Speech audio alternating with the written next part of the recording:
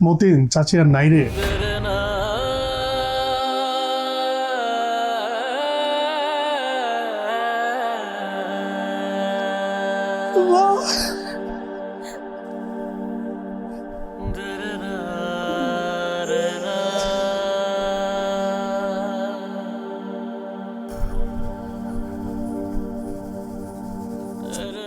তোরা তো অনেক আগেই বলছিলাম চাচির নিয়ে ঢাকা একটা হাসপাতালে ভর্তি কর, ভালো চেয়ে।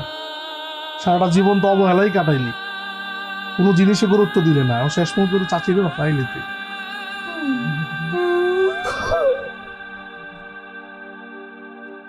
তুই না বলছিলি তোর টাকা হইলে মারে বিদেশি ডাক্তার দেখাবি, তোর নাকি ঈদের পরে বস্তা বস্তা টাকা হইব। ভালোই হইলো ভাইয়া, তোর আর মায়ের জন্য টাকা খরচ করা লাগলো না। তুই টাকা পাইয়া তোর টাকার উপরে শুয়ে থাকিস। আমি তো বুঝি না রে বোন, আমি তো বুঝি না আমার মাঝে এত তাড়াতাড়ি চলে দেব।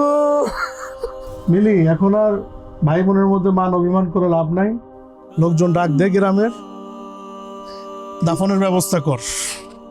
আমি আসি।